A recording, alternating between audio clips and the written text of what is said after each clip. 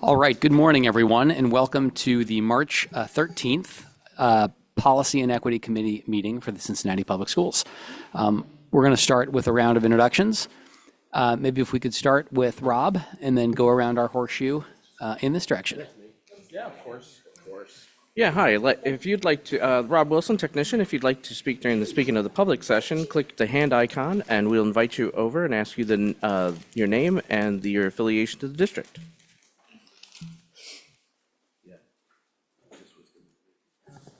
Phyllis, you are our next introduction, and we're just going to go around the horseshoe.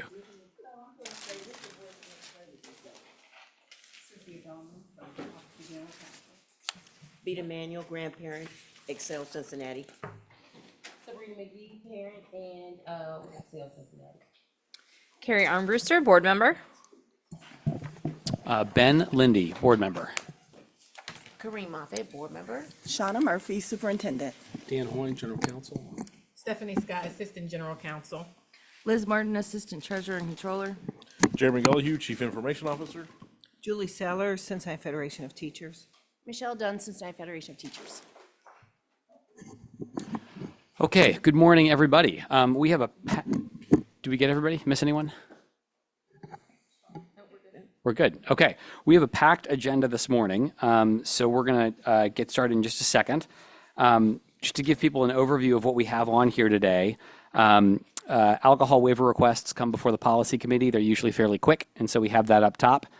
We have a section of items that we are continuing discussion from past meetings. We have a section where every 3 years, this committee reviews every policy that exists within CPS. So we try to make some progress against that calendar each meeting. And then at the beginning of each 6-month time period, at least when I've been committee chair, we ask the board, is there anything that the board would like to see this committee take up over 6 months? And so we've received some requests from my board member colleagues. We're going to make a schedule. We can maybe tackle some of these today. We'll get as far as we can. And then we'll get through the rest over the course of the 6 months and then take a new set of requests for where we go from there. We will end with a hearing of the public.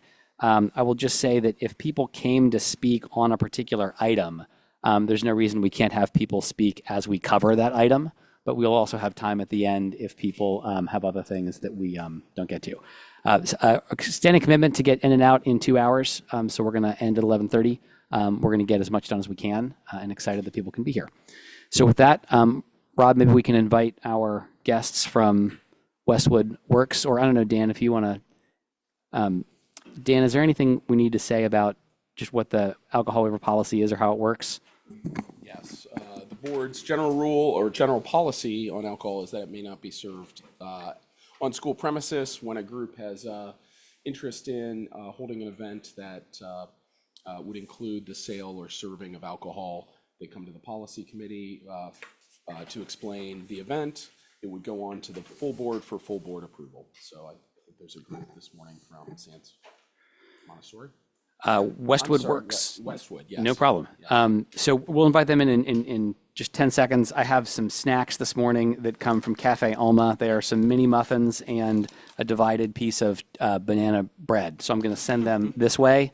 And then when they get down to the end, we can send them around the rest of the way. And please help yourself. We have a few people online, so if the individuals who want to speak or need to speak on this topic can raise their hand or let me know, we'll invite them in. Or do we know the name? That's a good question. Do we know who the Westwood, or maybe can they chat you, Rob?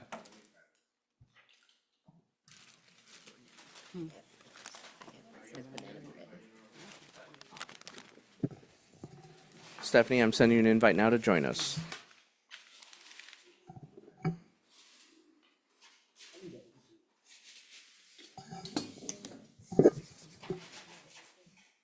And Stephanie, you can go ahead and unmute your mic and camera. There. Great. Stephanie, thank you. If you want to share maybe just a minute or two about your event, that would be excellent. Thank you. Sure. So my name is Stephanie Collins. I'm here on behalf of Westwood Works. We're a community development nonprofit in Westwood. So in the fall of 25, we acquired an 11,000 square foot space that we are in the early stages of converting into a cultural arts center for the community of Westwood. So this fall in September on the 26th, we would like to use the Gamble High School Gymnasium to host a gala. We anticipate having between 150 and 200 people, all adults in the space for a Saturday evening. And so we were requesting an alcohol waiver for that. That event is specifically to raise funds to go toward the Westwood Theater renovation. That's great. Thank you very much. Do my board member colleagues have any questions about the events? Dr. Moffat? So I just want to understand and clarify. They are, how are they associated with Gamble? Are they, is this a Gamble event? Is this an event that the school is sponsoring or?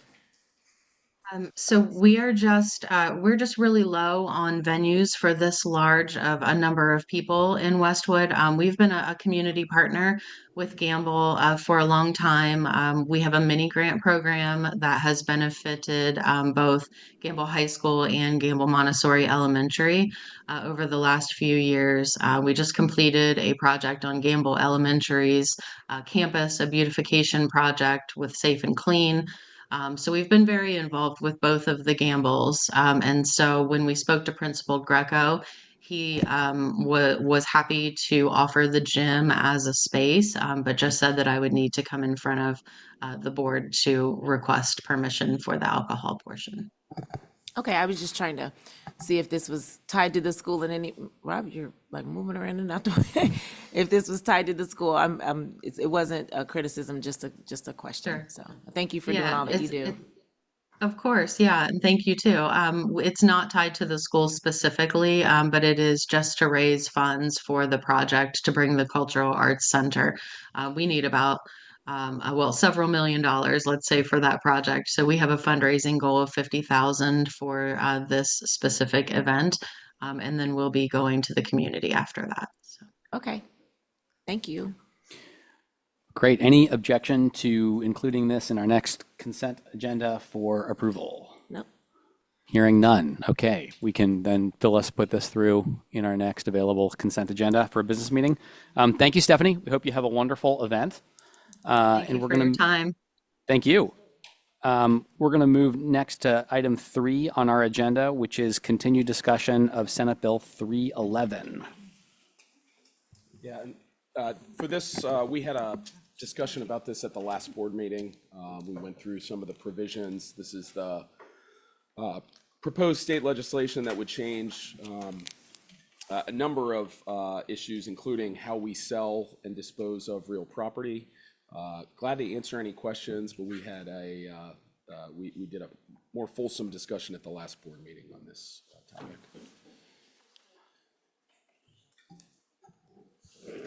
Thank you, Dan. Do we have any questions from board members? Changes the definition of unused school facilities, changes who we have to offer the unused parcels to sale to if we're going to dispose of real property. And where was this at? Where is this at? Is this in committee? It's in committee, Okay. that's So, right. has it been through, like, what are the stages? Usually it's in committee, then it goes out. Yeah, Just, would you mind going through the stages for people? This is a Senate bill. It's gone to committee. If the committee puts it forward, the Senate would have to pass it, and then the House would also have to pass it. This is one of a number of pieces of legislation that were originally included in the budget bill last year, many of which the governor vetoed. If you remember, he did a series of vetoes. It's coming back up as new pieces of legislation now. And do we have an if this is on a normal track, do we have an anticipated date of possible approval? Hard to say. It's gotten, I think, 2 hearings in committee. I think our hope would be that if it went back to the governor, he would veto it again, as he did line item vetoes out of the budget bill. So then it would require a supermajority of the General Assembly to pass. Is there anything in here that we should be lobbying the troops around specifically? I know the building closure is a continual issue for us. I think educator licensure is right up there on the screen, and then school facilities and zoning. Anything else that we should be asking the public to, I saw some truancy stuff on there, but anything that is going to adversely immediately impact CPS? I think the biggest concern out of the legislation is, again, regarding the disposal of real property. I think we did some work last year with our phased-in growth plan to try to right-size our schools to make sure that as few of schools as possible are under-enrolled, because that's what they look at. We should continue to be aware of this kind of legislation. And just under, thanks, Rob, for scrolling. I appreciate that. And just regard to education licensure, since we have some, our educator advocates here, is there anything there that's concerning or truancy? Yeah, we talked about this briefly in the board meeting also, but glad you asked. So the other piece relates to permitting the State Board of Education, Office of Professional Conduct, to consider terminating the license or revoking the license of a superintendent if they find that there's been a violation of the revised code, a knowing violation of the revised code. What in kind of talking to some folks in Columbus, this specifically, I think, relates to the ongoing battle between the General Assembly and the Columbus City Schools about busing, they believe. Oh, okay. But this is not just an issue that affects Columbus City Schools. There are lots of school districts that have had challenges complying with what the state is putting out for busing and other things. Yeah, I was asking that question because would that have impacted us because we asked our superintendent not to support that DEI So bullcrap that's another was thing coming that's down? on our mind as well. If they found that to be a knowing violation of the law, that could impact the superintendent. Now, with the board's support. Correct. Yeah, Yeah, I was gonna- so the superintendent is insulated if she acts at the behest of a majority of board members. However, there's also provisions in this legislation that takes away school board immunity. I thought for- that too. I saw that. I was like, okay, you're not That's talking about right. that, Dan. So it then jumps to then the superintendent would be able to say, well, I did this on behalf of board board. members. Then it allows lawsuits To come against us. to come against board members. So And then the truancy piece in there, was there anything concerning there? Because we're gonna talk about truancy in our review cycle, so I was wondering, is there anything that would force us to have that policy come back, or should we not talk about that right now? So the truancy, we are going to talk about today, the attendance policy. This relates to a different piece of legislation that is already in effect. Okay. The truancy pieces in this statute, I think, mostly relate to the juvenile court and the offenses that can be Okay. brought in the juvenile court. There is new legislation that has already been enacted, and that will come up on our agenda when we talk about the attendance policy. Okay, thank you. Yep. Thank you. Other questions about this? Looking for tissue. Do we have any tissue in here? I'm sorry to be looking around. Thank you. Well, it works. Thank you. Okay, and so no, this is a bill, not a law yet. If it is a law, will it have an impact on, will we need to write policies for it? It will affect at least our sale of property. That's right, yes. No, so sorry, will the policy committee have policies we need to pass? We may not know, I guess. If it's passed, yes, it'll affect some of our sale of property I policies. gotcha. Yeah, Great. sorry. No, my mistake. Thank you. So we'll keep watching this. Thank you. Was there anybody who came to speak on Senate Bill 311? Okay. Moving on. Next one is policy 9142, local school decision-making committee, PTO engagement. This was from Dr. Moffett. I also had, Okay, go ahead. sorry, I had Dan add a portion into this too, so I don't know which one we want to tackle first. Whichever order you would like. Doesn't matter And Ms. to me. Armbruster. Yeah. Yeah, no, you're good.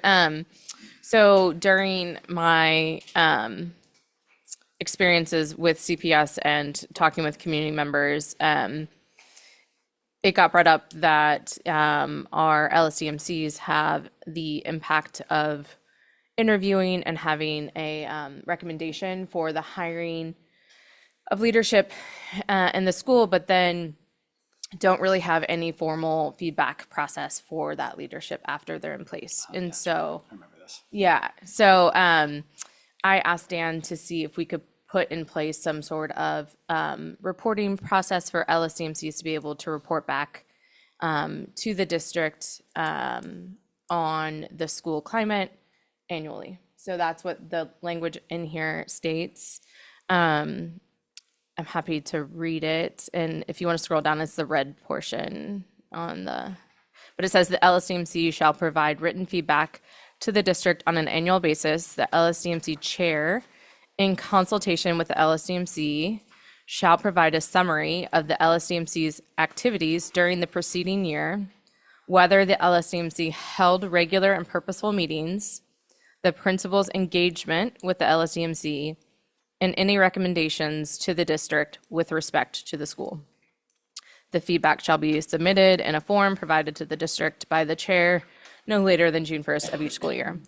Again, this is just a feedback process. It is not a formal review or going into evaluation process. It's a feedback mechanism for the district to be able to get a pulse on the climate of the school by the members of the LSDMC. If anyone has feedback on the language, on the concept, I would love to hear it. I had a couple thoughts. I don't know if, first of all, can we just decide, do we like first names or last names in committee? So, because we've done it differently in different years, but I follow people's instructions. So, first name, all right? We're going first names, great, okay. Different board members have had very different opinions about this, so I like to ask first. Okay, great. Yeah, so did you have any thoughts, Kareem, on this one? I do, but mine are going to be lengthy. They include what you've said, so I'm happy to, because I have a bunch of things that I have concerns with this policy as written, so go ahead. I can go quick. I think this is a great idea. Like I think feedback is helpful. I think LSDMCs are a really important group of stakeholders. So no concerns on my end. I think one thing I wanted to clarify with council, am I right? I know this is true with evaluations of superintendents and treasurers. Is it true that like any principal's evaluation is a public document? Yes. So if LSDMC writes, this is the best principal on the face of the planet, and somebody says, CPS, I want a copy of this principal's evaluation, we have to turn over whatever the LSDMC said about a given principal in a given year? Or are there some constraints on that? So the evaluation of a principal is like the evaluation of teachers, subject to specific, there's an OPES, Ohio Principal Evaluation System. You have to be, I think, credentialed as an evaluator. There's a whole process for evaluating principals. The result of that, just like the result of any public employee, is a public document. Correspondence from LSDMCs, regardless of the topic, would be also a public document. Yeah, subject to. yeah. So I just think like some of the, I still think on net, this is probably a good thing to try. I just think the only risk that I see is, let's say you have an LSDMC that's divided about a principal and people share multiple different competing things. Anybody would be able to request that, get access to it and have it. And we may decide that's totally fine, you know? And frankly, there's nothing to keep somebody from sending an email to the principal, which is then also discoverable. So like, I think it's fine. It's the only potential risk that I saw. No, I think that makes sense. And I think in my mind, this would be not like an open process. It would be a formalized document that would be structured by the district that was sent out, just like we have the mid-year evaluations for the agencies, for all that, so that it would be universal across all the schools, right? So we're getting similar feedback and we can compare school to school, right? So it would be like, rate this from a scale of 1 to 10 or whatever it is, right? So Administration would come up with what that is. correct. I think it's great. That I think would maybe help with some of what you're saying, because it's not just a free-for-all, like we can provide any comments we want, which you still can, obviously via email, like you said, but because I think this is an important tool, it should be standard across all LSDMCs. So I would recommend that the administration have a formal document that they would provide to the LSDMC chair through the district. LSDMC could come up with that work, and that would be my recommendation. Yeah, no concerns. Sounds great. Kareem? So I do like that idea around, accountability for reviewing their actions. I think that's great. I also just, I want us to decide on if we are like empowering the LSDMC, it shouldn't just be in name only. And so part of my concern is our definition of active LSDMCs. Active LSDMCs was defined previously as if you met three things that didn't even have to do with evaluation. And so either we're going to have a clearer definition of what active LSDMC is, and I think that this definition goes to some of that, and that they're actively doing work, they're actively engaging in IoT. I'm sorry, it was not. Do you want me to start all over? Just a little closer to it. Okay. You're welcome. So I do have a concern around our definition of active LSDMCs and what that really means. I think this lends towards moving there, but I just had some questions around how we're selecting members. First of all, the policy says very clearly that there should be 12 members. We've got LSDMCs that don't have that. They've got 8 members. They don't have the clear definitions of the selection of members and how they're supposed to be differentiated. So since that tends to be a problem or concern, do we want to make these definitions, these specifics looser and just say 12 members regardless of the composition? Or I don't think we should, but we are out of compliance as written in many of our schools. So either we figure out a way to get us in compliance, or we figure out a way, if we can't ever get into compliance, how to get us into compliance, because that's part of the definition of active LSDMCs, and it's not happening. So I think that this does need to be reviewed. I have some concerns around the second page under composition, selection of members, specifically selection number 5, where it talks about 3 community representatives who are not employed by the district. 1 is supposed to be a neighborhood community council member. That's not been done because some community councils are saying that they want to participate in LSDMCs and they're not being invited. We've got 8, the number 6, the 1 representative from the school's lead agency partner in education. We need to ensure that they're not voting, because it says that they're not supposed to, but they're voting on chair selections.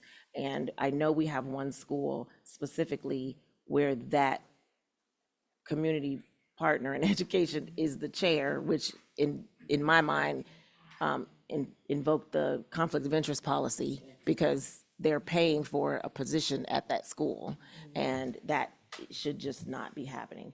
I'm worried about the role, scope of work. How are we in compliance with our middle schools and LSDMCs? They're supposed to, it says under number 2, they're supposed to have parent members. We're not, and the parents are supposed to select their parent member. That's not happening.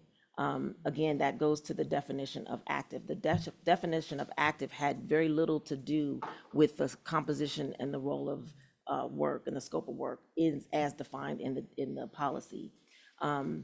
Who reviews the lead agencies? It says here under number 4 that the LSDMC recommends a lead agency, but who is actually reviewing that lead agency to see if the lead agency is good for the LSDMC? That needs to be added here. I don't see where the review process, I see the selection process, their input is there, but there's not anything on annual reporting. Perhaps it could be added to there that the LSDMC will review the lead agency to set the goals for the school consistent with the district vision and mission.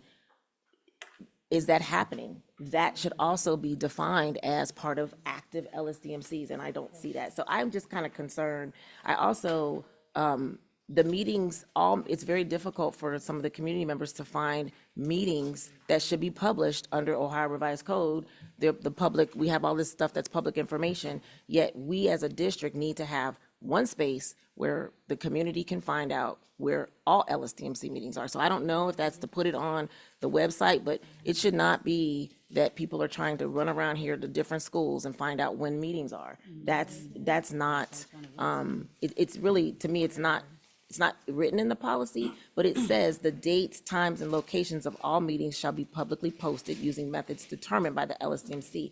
I'm not sure that that's really happening. I've got a slew of other things that are really kind of tertiary, but this particular policy as written ties to the conflict of interest policy and the anti-racism policy 2256. States it in here, and yet there seems to be little continuity between ensuring that some of these things are going on with regard to equity, with regard to conflict of interest, but they're referenced here. So I do have some other things, and I've seen in action where some of these things are not being followed. So I question the definition of active, because active didn't involve any of these things that the LSDMC should be doing in conjunction. The LSDMC is supposed to be made up of teachers, parents, little admin, more in a supervisory position, and the community, and they're not. So I would like us to look and see if compliance is a problem, if we're having problem getting people there, particularly in our middle schools. If it's an issue, then we need to get 12 people, then we need to look at, is that realistic? Maybe 12 is not realistic. I personally don't think it's a problem, but it seems to be, and it's also reflective of the following the policy and the definition of active. So those are some of my concerns. I think that it needs to be looked at I think in theory this works, but unfortunately in real time it's not being applied. So at a minimum, I'd like to see all LSDMC meetings put in one space on our website, so that regardless if you have someone at Midway or someone at College Hill or wherever, you can find out where that is. You don't have to go searching for it. And that's not happening. And I wonder, is that in compliance with some of our, not only the policy that says it should be, but some of our open records type stuff. So those are my, I think this policy is giving power to the people in the building and the community that the building is in, but there's no review, there's no continuity to come back and ensure that that's there. So that's just my summation. Thank you very much, Gary. Julie. I fully support having more bite to the LSDMCs. What I see and what I hear from schools across the district is, number one, they don't keep their roster up to date. When time comes to select a principal, they stack the deck for a certain person. There are sometimes people who are selecting it who had not been in the school or in a meeting for 2 or 3 years. I think that the lead agencies are many times running the LSDMC, which they should not be. They shouldn't even have a vote on these, many of these selections. So I think that if we can tighten up, and I think that this is a really good start to do that. I don't see though, where Carrie has the red annual reporting, I don't see anything here that talks about culture. You said about culture of the building, but there are many buildings that do not have a good culture. And the LSDMC, they know that. They don't even have a good culture when they step in the building. So I think that this is something, and I would never say to reduce the number of people, because if you can't get people there, there's a reason why you can't get people there. And that is where you need to have that LSDMC and the school body reaching out to the community council. If there's not a parent there, there is somebody who should be, it's not an appointment of the principal. And that is really the main thing of what I'm hearing, is that many times it's an appointment that is made and they just say, just come, don't worry, we don't really meet that much. I've heard where they don't share the budget. They don't share the staffing sheets, which is the budget. I know sometimes they say, well, we don't have to share that. That's not the budget. Well, no, the staffing sheets is the budget. It's called the budget staffing sheets. That's where most of a school's budget is, under staffing costs. And how are they allocated, those staffing positions? And that isn't being looked at many LSDMCs. So I totally agree with this. But I would like to have under annual reporting that whatever that form is, something about school culture, because this has nothing to do with school culture. And schools will not improve if the culture doesn't improve. And we have schools that have 20% of of the employees of that school leave every year because of the culture of the building. That's a great point. I hear you. I definitely think separately that staff retention should be looked at very closely. But Superintendent, I think you had something. Yes, ma'am. All I was gonna say is, I'm in agreement 100%. I totally understand there's a lot of things that we need to tighten up when doing this important work. I did want to share that the meeting dates, getting them on the website should not be a problem for each of the LSTMCs, because we do ask them to turn that information into us when they submit their rosters. So I will work with Ms. Shealy Green to make sure that happens. And I'm happy to share with the policy committee, we do have the LSDMCs review each of their lead agencies. So I'm happy to share that information with you. Yeah, if I it'd be think- helpful. Yes, I think what Dr. Moffat was trying to say is that should be explicit in the policy from now on. Yes, ma'am. Right, so as being part of the LSTMC, I was a part of the review process, so I know at my school specifically what's happened. But if it's written in here, we can hold schools accountable to making sure it's happening everywhere. Is that right? I had a couple thoughts too, but I I'll just follow want to you. follow up. It's under section roles, scope of work, section 4, that the schools support the school's transformation to the community learner center model and sustain the maintenance of an existing community learner center, which talks about recommending the lead agency. So it could be added there. And the other space that it could be added, it says participate in the lead agency school resource coordinator selection process and review partnerships developed by the resource coordinator. So perhaps it could be added under that as well. I don't know the page number.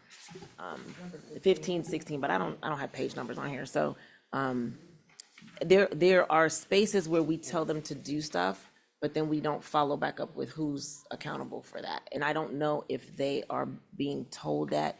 Can you share with me, is this policy gone over with the school community and the LSDMC members? Like, I don't want to say word for word, but I just feel like there's not enough consistent knowledge of the current LSDMC members of what the policy states. Well, what I would share with you, Dr. Moffitt, is it's reviewed at the very first district-wide meeting, but it is very possible that as members are added, or there may have to be a change, meeting 2, meeting 3, meeting 4, do we revisit that? Perhaps that's something that needs to happen. Maybe one thing could be to create like a checklist that they need to have that is given to the LSDMC at the beginning of the year, and they have to review it monthly, and maybe have some timelines on there, like, hey, fall review is due for your October checklist. I don't know, but I'm wondering, because everybody has a different learning style, maybe just reading it here, this is a lot, this is like 5 pages. And so maybe seeing it in a different format with everything that they're supposed to do would allow the principal to work with the chair and the chair to work with the community on helping. I just think they need to see where they're in compliance and where they're not. And if you only have 8 members and it clearly says 12, you're out of compliance and they need to get some more people. I agree with Julie. I don't think we should stop it. I think we should engage more. But I know the community, that one particular school, I don't think is in compliance because they have their community partner agency as the chair. And that agency pays a salary of a person, and they had not been to any meetings before. So we just need to kind of tighten that up. So may I ask, just clarification on the, I'm sorry, just clarification on, it's good. The agencies are you saying they shouldn't be voting on any of the pieces? I will tell you, I've just thought that it was as it relates to their work. That's how So I we've just want to be, That's how the conflict of interest policy is written. Yes, As ma'am. they should recuse themselves from things that directly impact them. I'm saying, to me, conflict of interest is also extended beyond that, in that if you have a direct influence to that building, whether you pay for something or not, I'm kind of concerned that you're chairing something that impacts that whole building and you only impact a part of it. I think we need, again, there was more to that particular story, which I'm happy to expand on, because that particular partnering agency at the meeting said, oh, I'm happy, I can, as the chair, I can do certain things, which were a conflict, but they had never been to any of the meetings at the building prior to them coming to be voted in as chair. So that's a concern for me, and maybe it's a case-by-case basis, but it is a concern that we don't have enough teachers on there, we don't have enough parents on there, and we've got people in powerful positions by way of the definition of a chair, and they're now leading, and they had no interactions or very limited interactions with that building.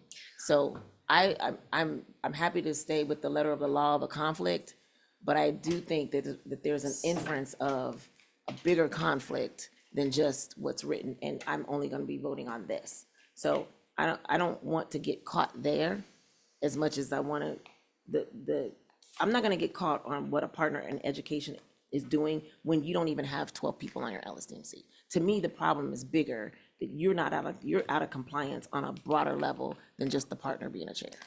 So we can, I don't wanna take up too much time. I know but Carrie do- has a thought, and I have a couple of thoughts too. Okay, But let's go. when you're, no rush. No, I'm You're good? fine. So we'll go Carrie, and then I'm gonna share a couple I, things. I think a potential solution to this is if you look at the paragraph in the composition, the very last paragraph says that there shall be 3 officers, a chairperson who must be a parent / legal guardian or community member.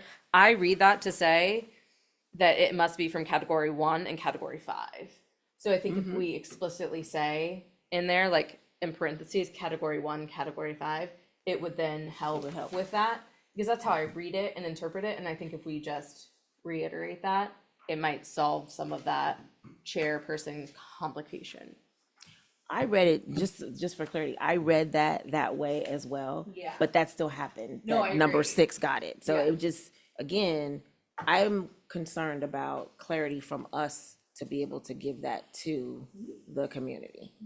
I appreciate this because I have never said the lead agency, it's never come up to this year, quite frankly, to the best of my knowledge. So we will clean that up. A couple thoughts on I think what's a really good conversation. I think there are 2 big themes that I keep hearing, and I wanted to just make sure I was clear on how we were going to ask the administration or ask the board to proceed. One, when there are current LSDMCs that are acting outside of the policy, say membership, so don't have 12, is the plan, and I'm not saying one of these is right or wrong, I'm trying to understand, is the plan, let's get all LSDMCs to the bar of the current policy? Or is the plan, let's change the policy because what we're asking isn't actually the right thing to be asking? Or is it a little bit of each? It kind of depends on the issue. And I just think getting clear on this could help set a path for the administration. Like if what we're wanting, like we could say, for example, I don't know, like maybe a mix of those things. But could you come back in a month with a recommendation on what do you think should be rewritten? What do you think we should just execute better to make sure we can get people up to the policies? That's like one theme I want to just land an approach on before we leave this topic. The second one has to do about ongoing monitoring. Because this is right now, as of March of 2026. It will then be later and other things will happen. And I think there are different ways that we could go about monitoring, right? Like we could write into the policy something about how often a report has to be given to which body about the extent to which LSDMCs are in compliance or not in compliance or whatever. We do that in policies all the time, where it's like on an annual basis, before this committee, we'll get an update from the administration on a blank topic. You know, so we could do that. The other thing we've done, this is the first year I was on policy committee, we actually asked the auditors team to audit certain policies for compliance across the district. And we had a report from Lauren in policy committee about, I think, our equity policy. There were a couple others that we did, I could look it up. I don't know, like I am fairly agnostic about which approach we take, but I think there should be an approach so that when it's 3 years from now, there's some system for making sure that we check whether this is happening or not. And so my request was gonna be, could we just give clear direction to the administration on those 2 things? You know, and my take would be, can we give you a month to think about this, come back and tell us what you think a good approach would be? because I'm not an expert on this. But that would, I'm open if people feel differently.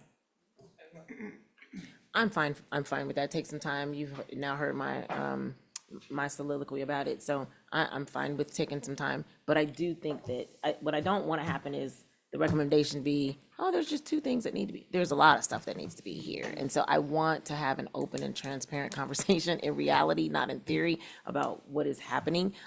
I know some of these LSDMCs are not in compliance. And so, I just want us to have that conversation. So that's I'm happy to give you 30 days to come back and with some suggestions for sure.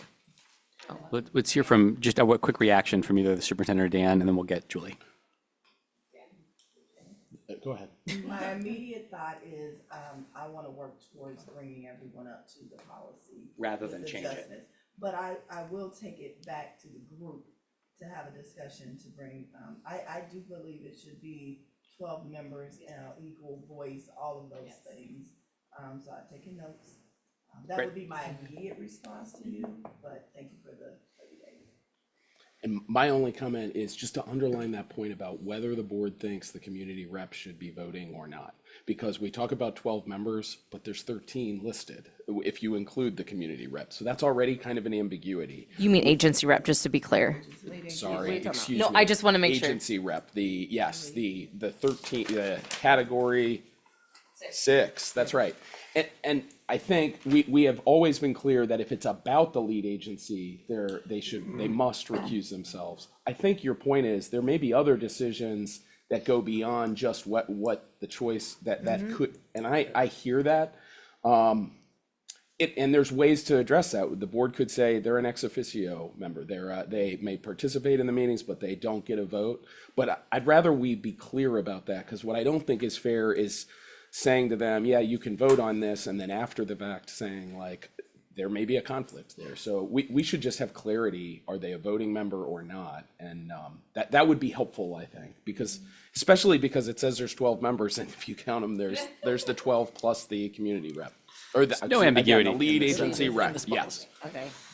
Well, I hear what you're saying.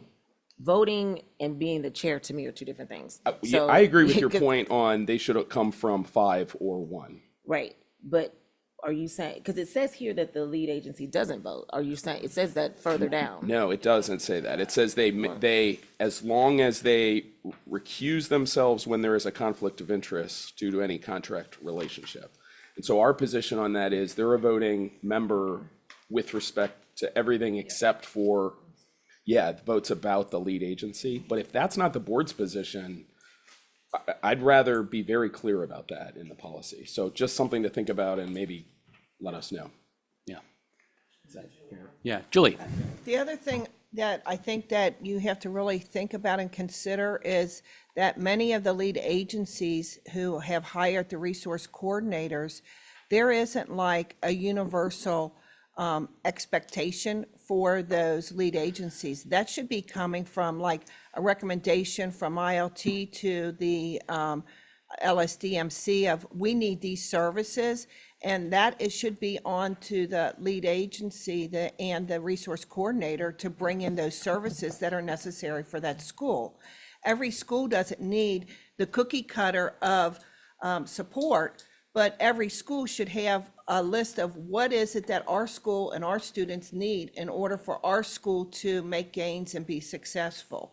Those are the things that we should be looking at and making sure that through the LSDMC, that they're making those recommendations of what those services are that are necessary. And those lead agencies and their resource coordinators are helping to provide those services that are needed. And when the schools select their lead agencies, they start with a needs assessment. And that should have the voice of everyone in the school community. And then again, the LSMCs do evaluate, I'll use that word, those lead agencies. And so that feedback should be, again, from the entire community.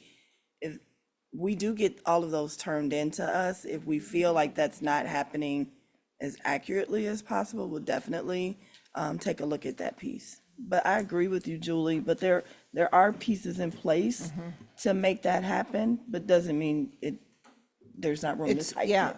because I hear all the time from schools, how come that school has that and we don't? And that is part of that equity, but every school doesn't have to have the same thing, but every school should have what that school needs, and it's up to that lead agency to bring in all of the non-academic supports. Well, that also goes to the review of the lead agency. Who does that? The LSDMC should be doing that. And it also says in here that the LSDMC is supposed to review it says review partnerships developed by the resource coordinator. So if the LSDMC under 16 decides that the partnerships that the resource coordinating lead agency has brought in are not sufficient, where is the accountability piece for the LSDMC to say, we don't want these, we want other ones? Like, So- where is that part? Yes, ma'am. So for every partner, there's an MOU. Okay, and that MOU has to come to and through that LSDMC. So they should be approving not just the lead agency and the resource coordinator and the principal.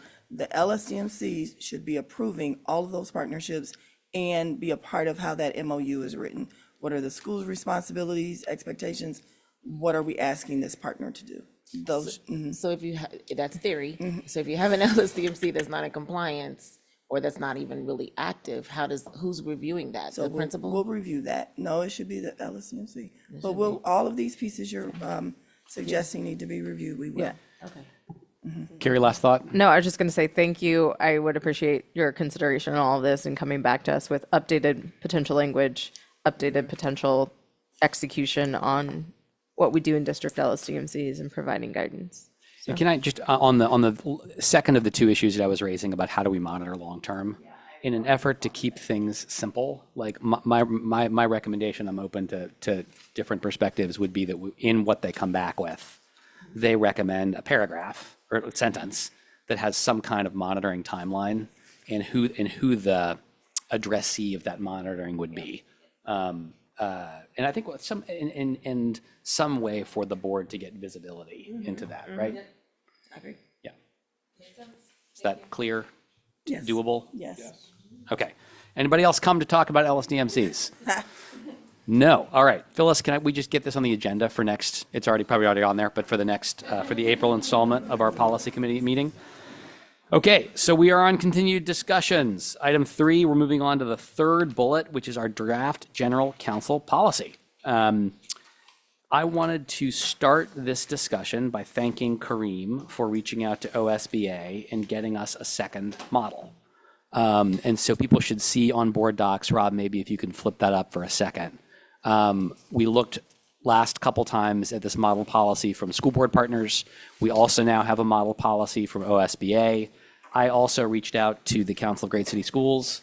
They have a couple of different model policies, and they should be sending us one that they recommend. I think we're no longer members, so I think we're a little lower on their priority list than maybe we used to be. But hopefully we'll have even a third one that we can look at. Yeah, and so, I mean, this came to you. Did you want to say anything about the OSBA one? No, I really just wanted to provide additional information. We are members of OSBA. I reached out to them to just say, hey, we're talking about general counsel policy. For the public's knowledge, OSBA in Ohio, we have different rules than across the nation. So I think it's always helpful to get Ohio organizations to give us sample stuff because it's applicable. And as an example, in other states, the treasurer reports to the superintendent, but in Ohio, they're separate. So that's just one example. So I wanted to get some feedback from OSBA, of which we're members, and this is what they gave us for, I think this is from another district. Again, I think I probably should have been a little bit more clear, a large urban district, because Ohio has a lot of rural and small Suburban. districts that don't hire a general counsel full-time because they don't need to. And we have over 30,000 students, and we probably need to be more in line with other districts, of which there are, 8, Superintendent Murphy? Ohio. In Ohio that have large districts like us. But I just wanted us to have some sort of context that's Ohio-related that we can kind of use as a reference. That was it. Thank you. We also, just as kind of input into the hopper for this discussion, received an email from Member Bolton. And I know that Carrie and Kareem have a copy, but I wanted to read a little bit of what she wrote, just so other people kind of knew what she was saying. So in the email, Eva shared that for her, there's a desire for reporting lines to be formalized when it relates to the general counsel. She also said that from her perspective, we need to formalize and make more routine the times when the board should be getting outside counsel, not the general counsel. And she articulated some reasons why she does not support creating two distinct standing employment positions. I just want to see if there's anything else.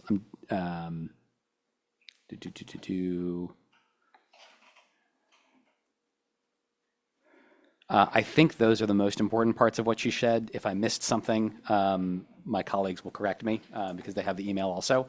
And so we've got now a couple inputs. We've got the school board partners model policy input, the OSBA input, Member Bolden's input, our last conversations. I have a couple thoughts, but I wanted to open it up to Kareem or Carrie first and see what you all wanted to share. And then after all board members go, if anybody else has come and this is the topic you wanted to speak on today, we'd love to hear from you too. Yeah, and I mean, I think where I'm at this point is I believe that outside counsel should be available to manage situations where the superintendent's contract or issues between the board and the superintendent are at odds. That makes sense to me. I think that's appropriate. Those are one-offs and not super common. So I think it's okay to have a policy where the board is to engage outside counsel in those specific scenarios. And that's where I'm at. Thank you. Kareem? So I agree with what you've said, and I do agree for the most part with what our colleague, Board Member Bolton, shared as well. I just want to make it clear to the public and say publicly, this discussion is not because I, as one board member, or I believe the board collectively is upset with our general counsel at all. This is not stemming from that. This is, I think, ever since I've been on the board, this is now year 5, never had a problem with general counsel at all. Assistant general counsel or general counsel. So the discussion around this policy for me is because I don't want to ever place our general counsel in a position where I feel they are not able to openly protect the district, and they are weaponized against the board. And so that has happened, I think, my personal perspective, and I want to put in parameters that protect our general counsel, not because they've done anything wrong, but because I would like them to be protected as members of our district. And so I am perfectly fine with having clear delineation that there are times when we as a board should seek outside counsel for the sole purpose of not putting them in a conflicting position. And so as long as I think that we're clear on that, I do like the major categories that Board Member Bolton listed. I also think that 90%, if not 95% of the work that the general counsel does, we don't have any evaluation over because we don't direct them in that manner. But I do think that there is a space, and I don't know the percentage, but for the board to weigh in on the evaluation in some capacity. I don't know the number, but I do think that we should have the ability to say that we believe our general counsel is doing, from an evaluation standpoint, what we want or what we don't want, but that is separate from the superintendent, because I just think that that is a further form of protection of the general counsel. To if their direct boss says that they're not, but we think that they are, we need to be able to express that in a protective manner, or in a manner that's expressing to say we're not happy. So I don't know what that percentage is, but I do think it should exist. I don't think it should exist over maybe 10, 15%, but that's just me. But I do think it should exist. So I just want to make it very clear, this is not because I'm unhappy. This is to protect, and I've said that to both Dan and Stephanie, and I wanted to make sure that I said that publicly. Thank you. Did we already ask you if you had anything? You're good. Yes. So from where I think I agree either entirely or almost entirely with my colleagues on this. I do think I agree with Eve that it would be good to have some additional language in our policy to formalize some things. I think that to Carrie's point, making it explicit that here's how the board gets help negotiating a contract with a superintendent. Here's how the board can get help with an evaluation issue of the superintendent that doesn't require somebody who reports to the superintendent is really healthy. And I think that to codify that in policy, I completely agree. I also really agree with Eve that I think we have all these rules of thumb that have developed over time for when, and I think they're good for like when we seek outside counsel. I think formalizing that in policy also sounds really helpful. I think we should do that. I feel pretty strongly that the general counsel should report to the superintendent. I think it gets really challenging to have multiple reporting lines. And so I think, Kareem, your point about the board's ability to share important feedback with the general counsel. For me, I wonder how much of that we could do with executive session without getting involved in the scoring of that person's evaluation by the superintendent. I respect other people who may have different perspectives, but I think clear reporting lines are really important for accountability. But I do hear the point, and so I was wondering how much we get done during executive session. I think so. From a process perspective, it's the last thing I was going to say is I think we should talk about this however long we need to talk about it today. But whenever we end that conclusion, we should hear from anybody who wants to speak, who's come to talk about this. Whenever we end that, we at some point need to get some language that we can look at. And I just wanted to be thoughtful about our general counsel, who is like, I don't know, like if you feel fine writing up this draft, great. If you'd like one of our board members to take a first pen to this because like it's about, stuff that your evaluation, Kareem, if you want to take first pen, or Carrie, or if you want me to write a draft, I've done that before. I don't know, like I wanted to just get clear on process. But then I think, anything from administration on this? And then we'll invite guests. It is so awkward. I just hate that we're putting you in that position. It is very crazy.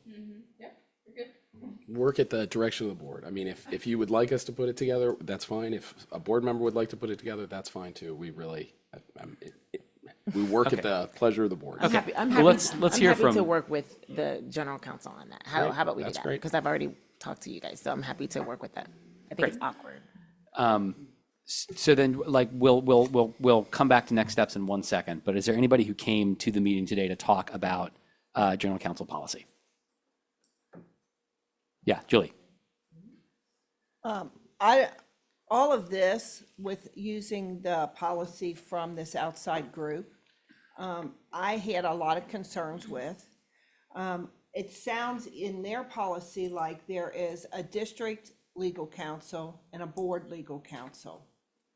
I don't think that the board is separate from the district. I think you have district legal counsel, and when you need outside counsel, just like we already currently have, then that legal if you look through the treasurer's report, there's always things in there that it's this attorney from Frost and Brown, this attorney from Taft, this attorney from who works on separate issues and separate cases. There you may have an attorney locally who works on things with property issues or sales or purchases of property.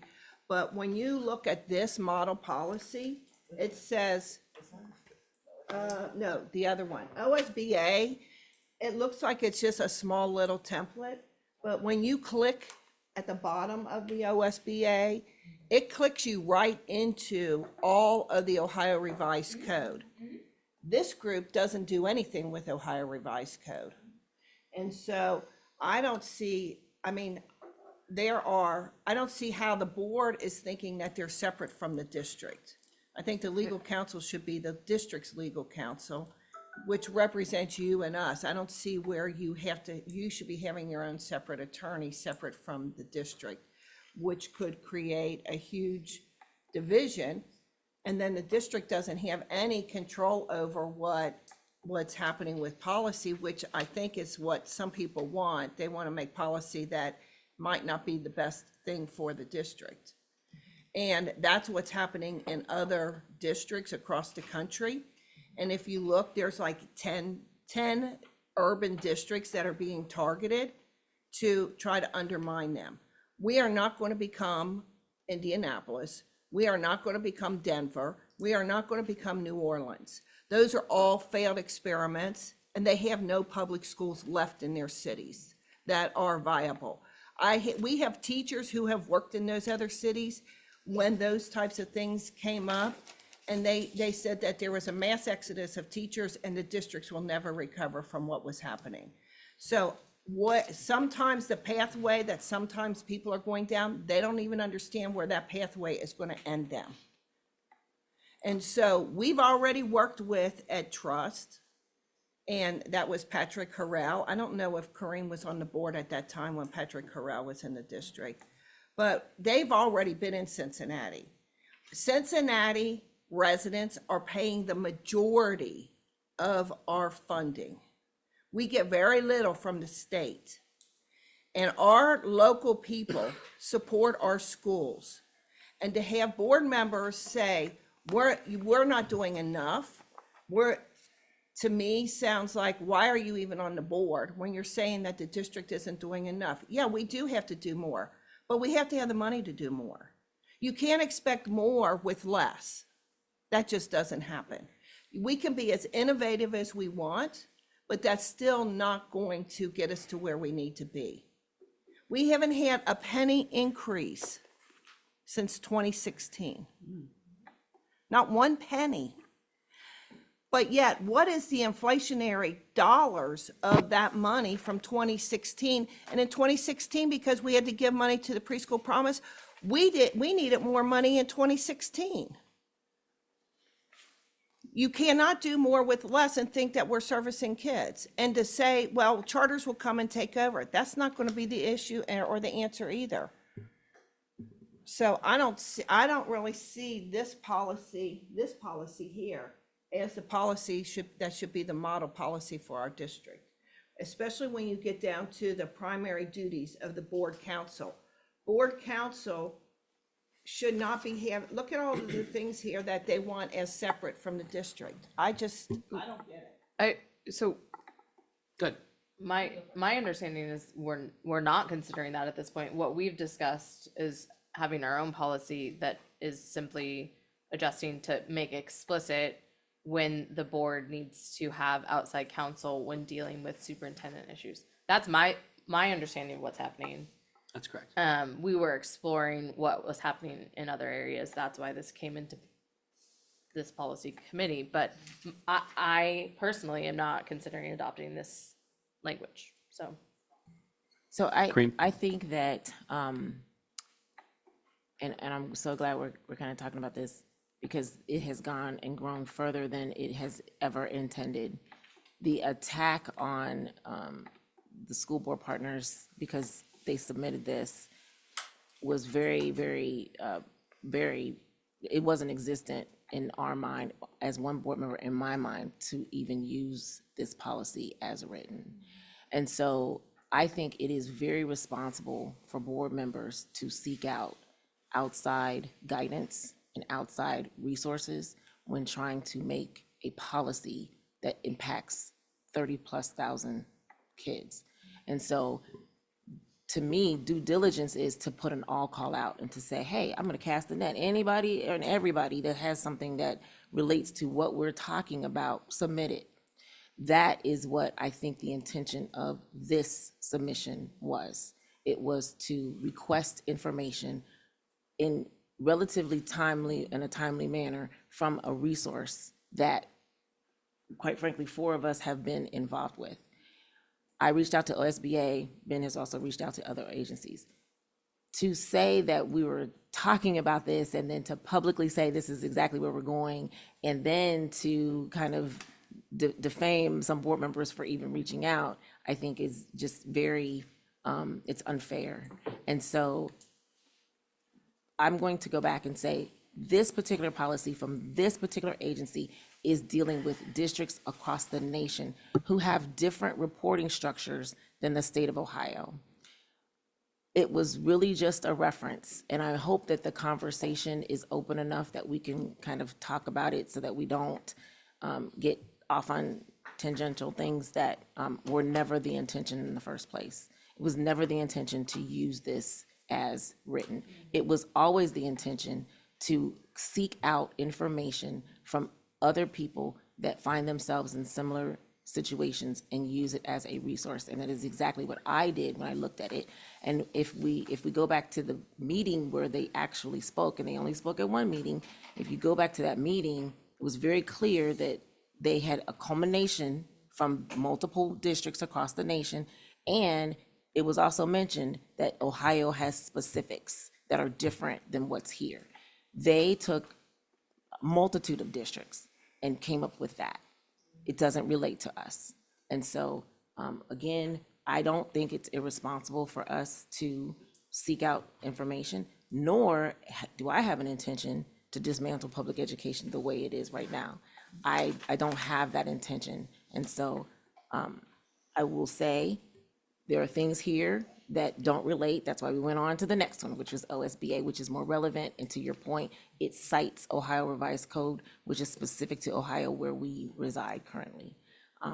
I don't think it's not my intention to have extra expenses to this district by hiring outside counsel. That was not the impetus behind even discussing a general counsel policy or evaluation. This came for me as one of the people who supported it because we found ourselves, after speaking to previous board members in excess of 10 years ago, in a very precarious situation where our general counsel was weaponized against the board. And so I don't want to do that anymore. That was it was a situation that had never happened before. Multiple board members, past and some present, have said we've never found ourselves in this situation. So I wanted to have something that supported our general counsel to say, hey, you work for the district. We represent the district. That is very clear. How can we protect you so that you are always protecting the district and never pit against board members, the community, the superintendent, ever? And so that is the impetus behind coming up with anything. And so if we stay there, what can we devise very loosely that provides that protection? That was why it was even discussed. Since I have the mic for just a second, I will say, I do think that there should be a dotted line because there's always been an inferred dotted line that general counsel does kind of report to the board to, because again, to your point, it's about the district. It is very clearly about the district. And so I think there should be some accountability. I don't even know if it should be an evaluation like a number, but there should be some accountability because general counsel leads and guides the board members. They don't represent the board members, but they guide the board members, and we should have some accountability there. So I hope I've been able to clarify my position, not the board's, my position around bringing in outside information. And I will continue to seek guidance and resources from every option to make the best and most informed decision for the students that I can. And I'm doing that as transparently as possible. From the research that we have done with school board partners and talking to districts from other parts of the country and doing the research and talking to people in leadership in those districts and teachers in those districts and community members in those districts, because we have been reaching out. School board partners is the educational equivalent of ALEC, and that's the American Legislative Exchange. They are funded by the same types of people, and it is dangerous for our city and our schools to be bringing in school board partners advising us on anything, because whatever city they have been in, they have left a crisis behind, and a weakened public school system. Well, I'm going to invite you, Julie, to do a little bit further research by asking the board members that have been through School Board Partners. I am one of 4, and across this city, because there have been other board members from districts like Princeton, Finneytown, other board members who have been through some of the programming at School Board Partners with no intention nor any introduction to bring charters to this district. And so what I would, let's definitely have a deeper conversation. I'm not exactly sure who you solicited or why, but I will tell you that for this particular board member, they have been a resource with helping me deal with very contentious situations that we found ourselves in over the past 4 years. So it there was no introduction with charters, there was no introduction with dismantling public education at all. That was not why I was involved with School Board Partners, but they definitely do provide some support for board members in general. Thank you so much, everybody. We have a couple of things we're going to discuss this morning. I wanted to get clear on next steps here, and I do have one closing comment, and then we're going to talk about something completely non-controversial, which is our grading policy. And so just on next steps, as I understand it, we're going to have a language we're going to look at in our next policy committee meeting, jointly worked on by Kareem and by Dan. We're going to incorporate the feedback here. We're not recommending anything to the board. If you want more, come back in April. We can talk about this again. The thing I'm going to say, Julie, I wanted to come back to one thing you said about whether we can expect more or not.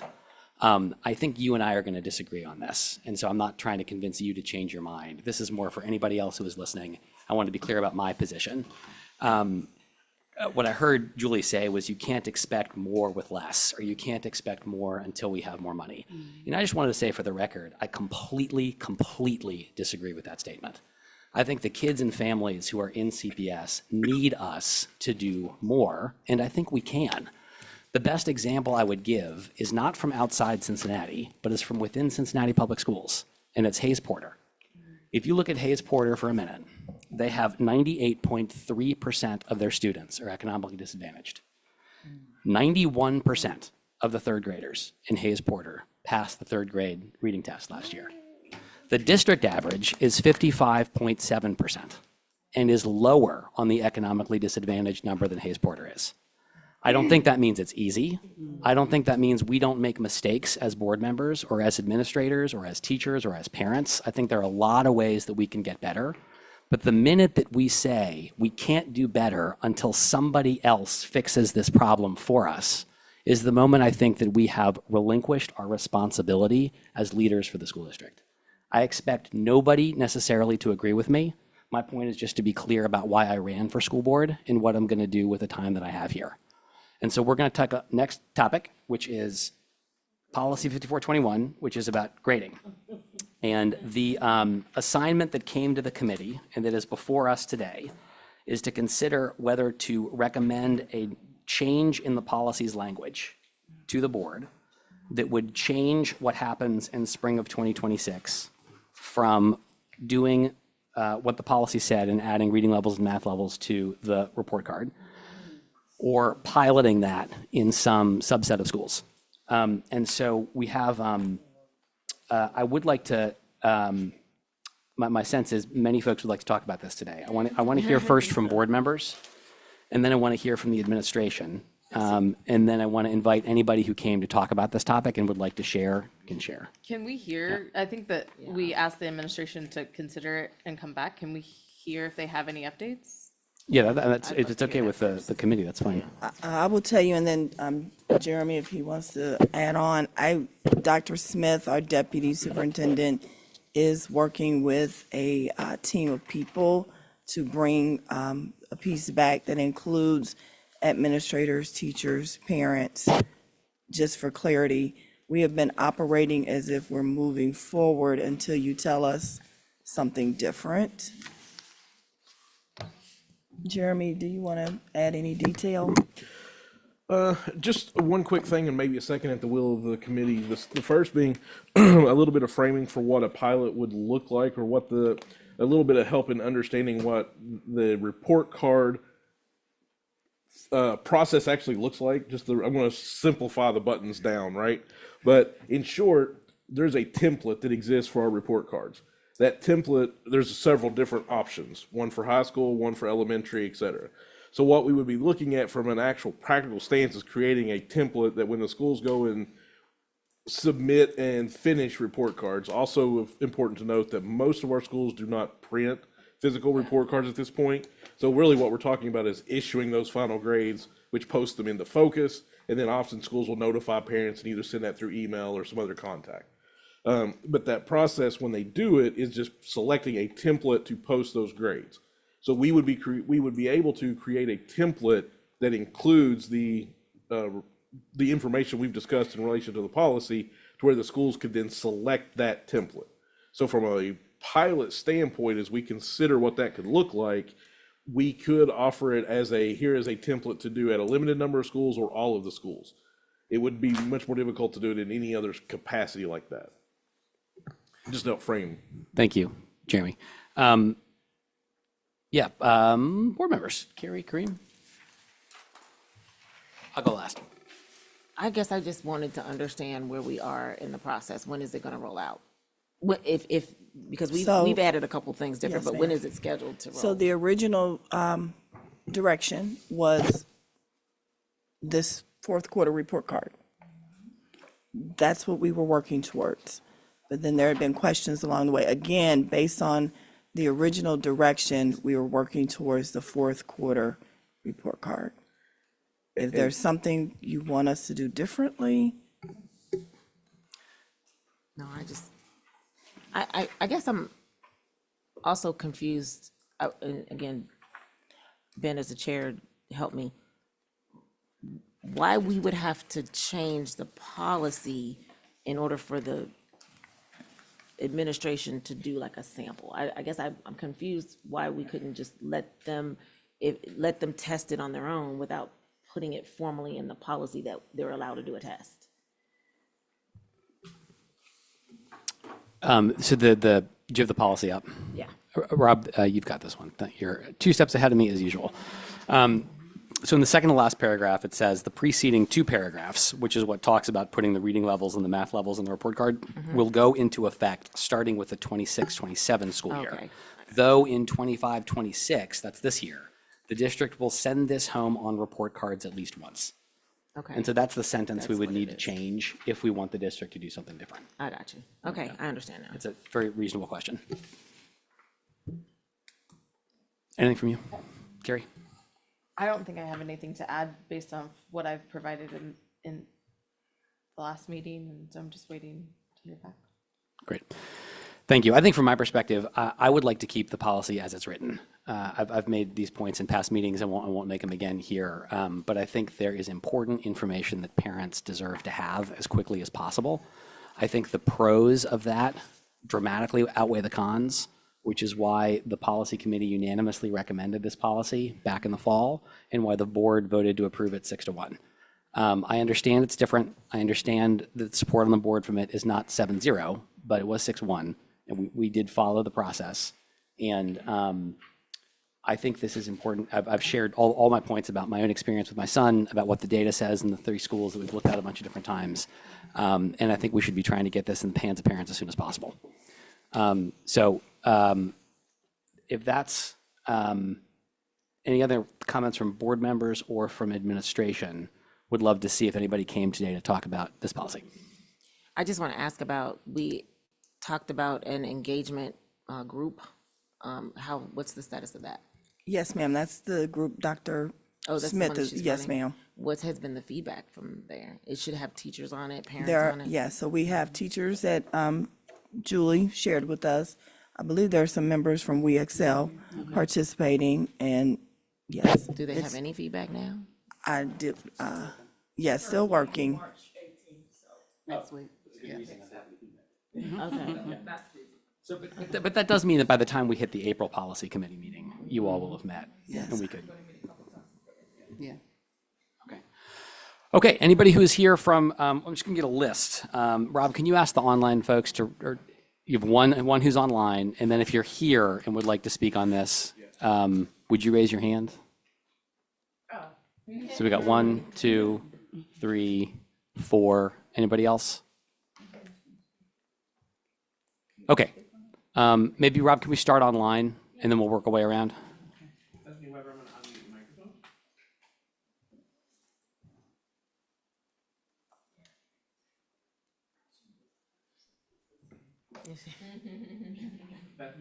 Bethany, go ahead. Yeah, my name is Bethany Weber. I'm a parent with children attending Data Montessori. I want to voice my continuing concern about the new report card guidelines, but I already score a narrative form on report cards. You've all heard my concerns about student impact regarding the policy change, but I'd like to address my concern outside of student impact. First, financial impact. How much will this cost CPS to implement and address over time? If you're following state and federal politics at any level, you know that public school funding is under attack and underfunded. And why is the board choosing to spend our tax dollars on this? Teacher retention. How will this impact teacher retention? A huge impact on learning as teacher relationship. And I question if this policy supports our teachers and how it may affect retaining gifted teachers, especially since from observation, the teacher representation is not supportive of this policy. And shouldn't their expertise be given heavier weight in a decision like this?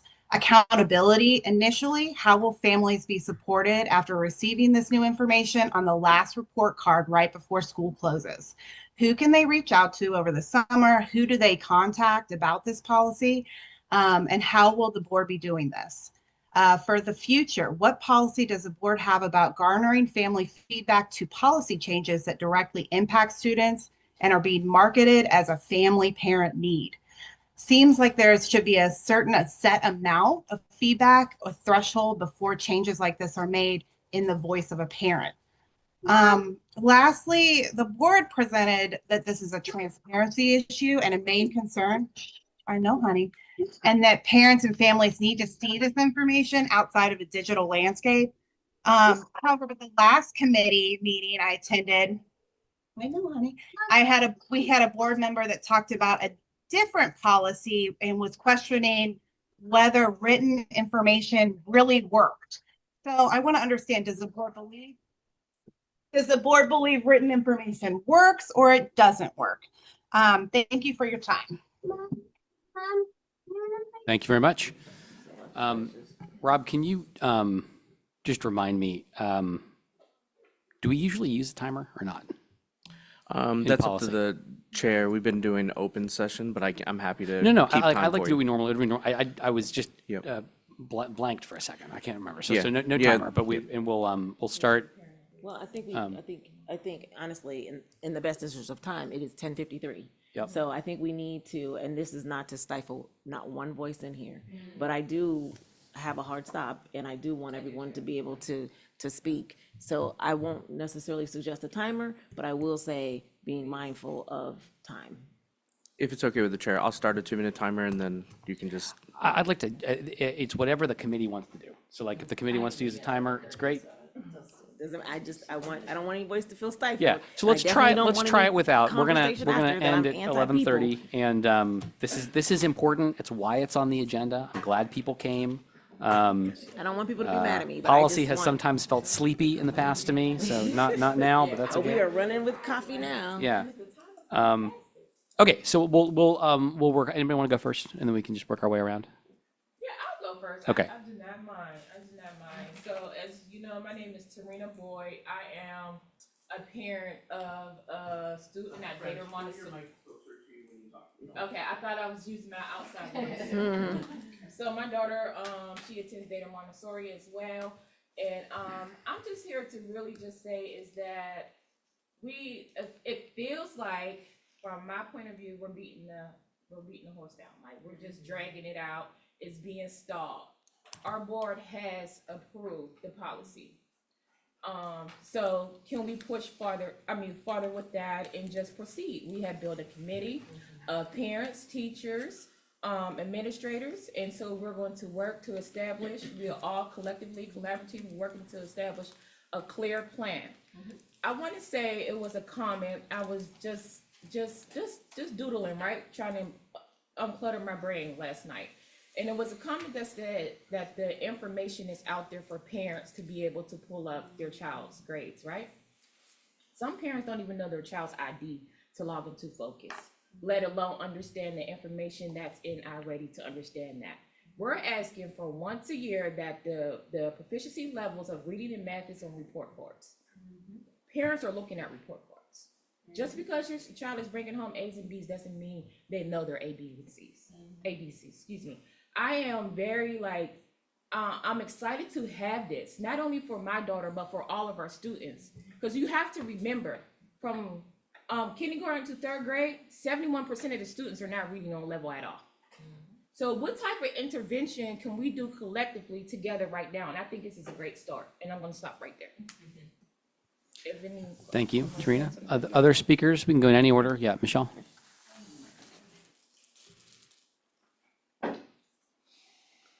Hi, Michelle Dunn with CFT and a former parent of a CPS student. I can say pretty confidently that our membership, the teachers, educators of this district, really care about parent involvement and wanting parents to know how their students are doing. We are often frustrated that parent conferences aren't very well attended. We come up with ideas all the time of how to increase engagement. So the idea that it's not that we're against parents knowing test scores, right? I mean, we want parents leaned in and engaged and knowing how their students are doing, no question. It is more a critique of the method that we are addressing. It's not that we don't want parents knowing how their students are doing. I just want to be really clear. So the use of a 1 point in time standardized test score is really the rub. That's what we're concerned about. And there's lots of reasons why. There's been, our president Sellers here wrote an op-ed in the newspaper explaining why that can be misleading to parents, that the use of these test scores has a lot of baggage to it. So that's really the debate. It's not that we don't care about parents knowing. And in fact, our solutions that we kind of came up with is how can the district do more to, if parents don't have their student ID, how can we fix that? Like, how can we help parents log into Focus? I mean, if that's the problem, how can we support parents having better access? There's lots of ways to do that. Maybe we need to change the way we do parent-teacher conferences to allow more access. And I'll just end with, putting a 1 point in time test score on a report card, in our view, is just not the best solution, right? There are so many other ways we could do better with parent engagement. And I'm speaking as a former parent as well. Thank you for the time. Thank you, Michelle. Others who would like to go? There were so many if there were so many innovative solutions, how come we wait until this point where a policy is being introduced and approved and pushed forward, that now everybody has all these methodologies?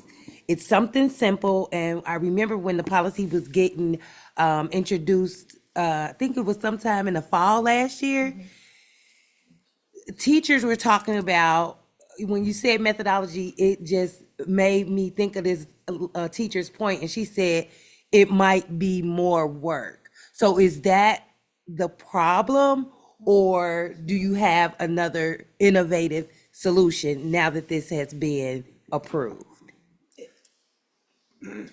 Thank you, Sabrina. Other people who would like to share? Yeah. Julie, you want to go? I was just going to say, my name is Danielle Wagner, and I have a child at Performing Arts. My thing is a pilot is a disservice to families. I had opportunity to, as far as know about Child's Success, 8th grade. She's on 4th grade level. Why is an 8th grader in middle school reading on 4th grade? Why is this parent, why didn't the teacher, as far as reach out to the parent and say, hey, we need to get this together, she's doing this, she's doing that. It's just, to me, it's something somewhere where I don't want to say it's like laziness, but to a certain extent, we done got to the point to where we done got too comfortable. We're relying on technology to figure out what these kids are. When a teacher can simply just sit there across from a student and just, ask some questions and just assess, and then go from there. And then based off the test scores, okay, so this is what the test score is saying. This is what I see that's happening in the classroom. How can we use both of these assessments, to get this child to where they need to be at? And then the fact that with the third grade readiness coming up, as far as where these kids can't even get promoted to the fourth grade, that's kind of the service as well too. And especially with a lot of our urban schools, as far as where they're not even close to proficiency. So it's like, how can we tackle this situation without feeling like worrying about teachers not wanting to do it, maybe quitting because it might be too much for them, worrying about our kids being dollar signs because the funds are not available. So what exactly, what's the next step? What can we do about this?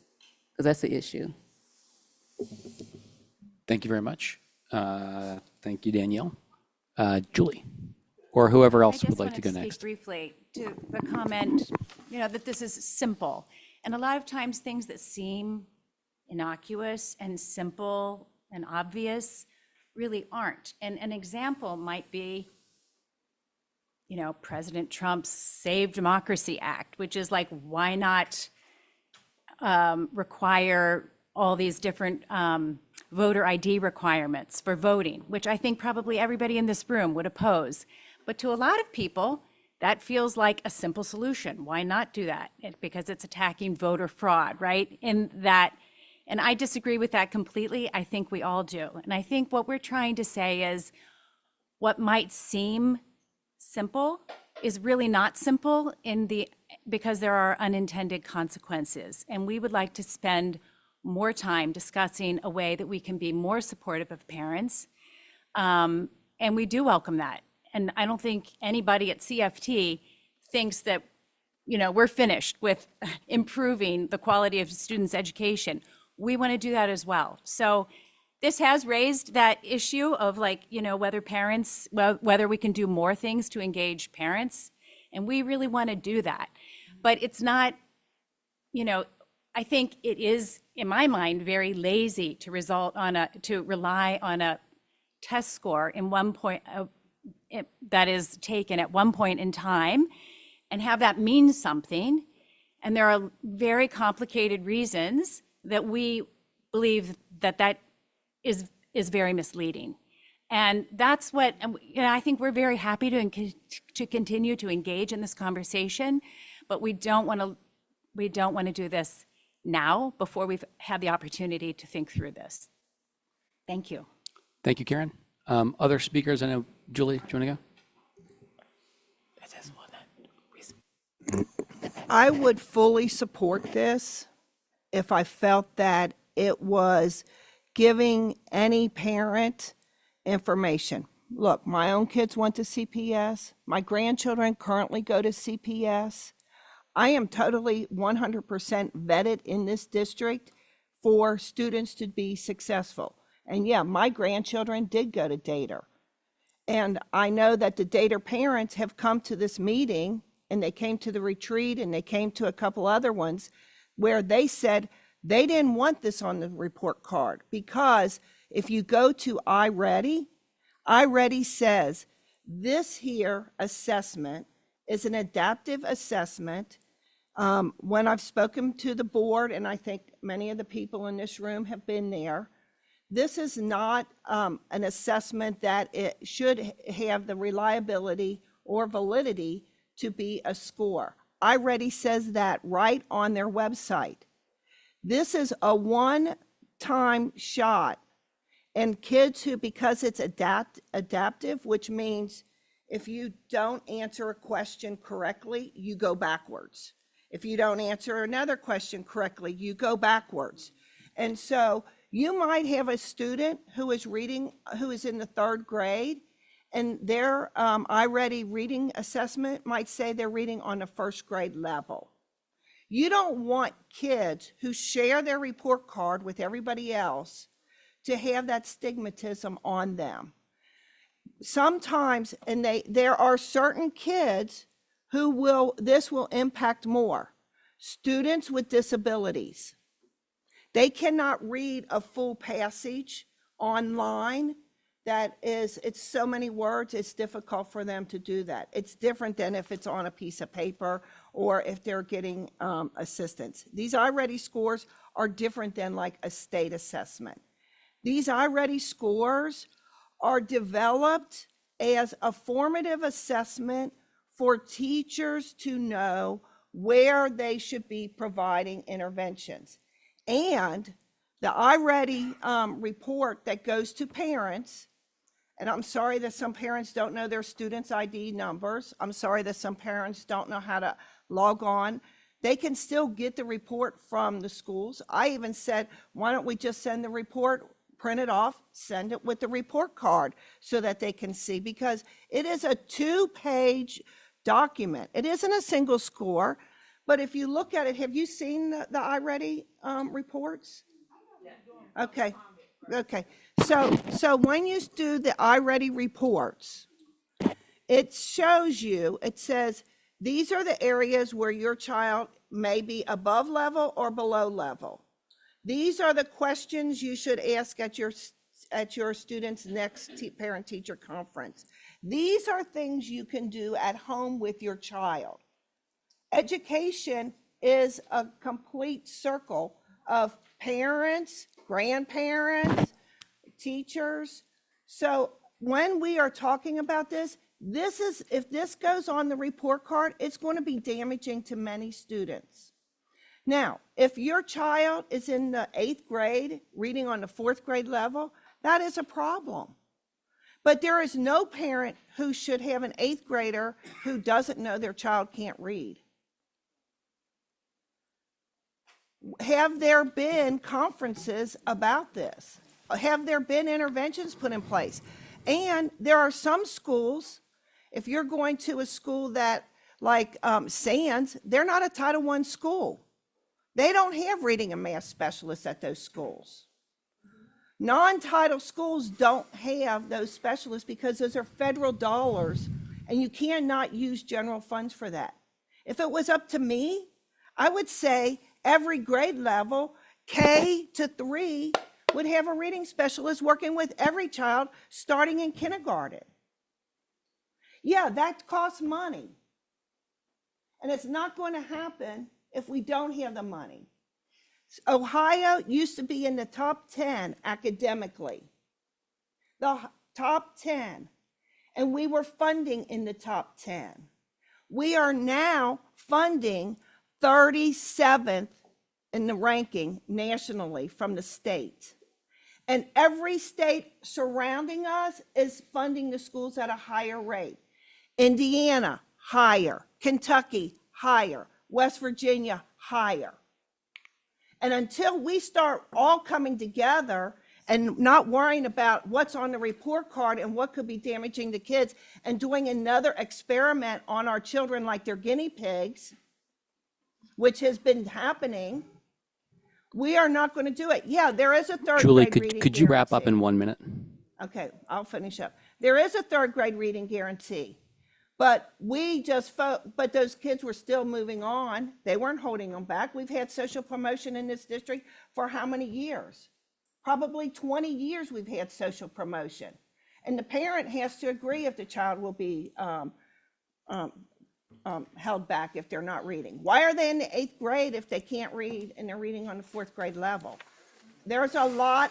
This is not going to make the difference with that. There are other things. What are we going to do about chronically absent children who are sitting at home doing nothing? Okay, so Okay, thanks, everybody. Let me just, before we go to board members, I know that my colleagues on both sides of me have some things they'd like to share, and I think a desire also to hit some of the rest of our agenda before we end. But is there anybody in the public? So we got Brad, and then anybody else? So thank you, Brad. You are our last speaker.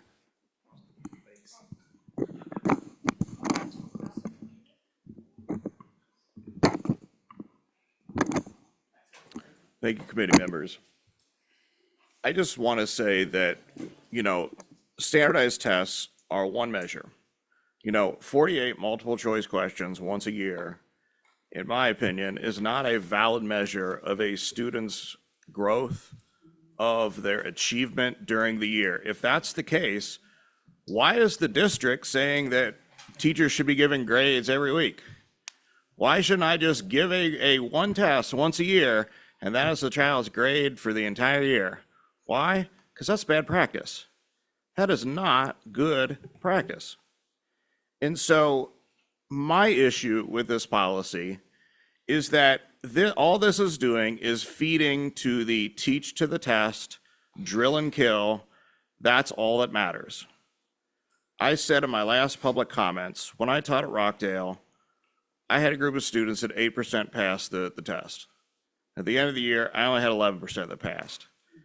I was asked to find 40 students to focus on, focus on pass the test. When I got to student 20, I was pulling students who scored below 350. The cut score is 400.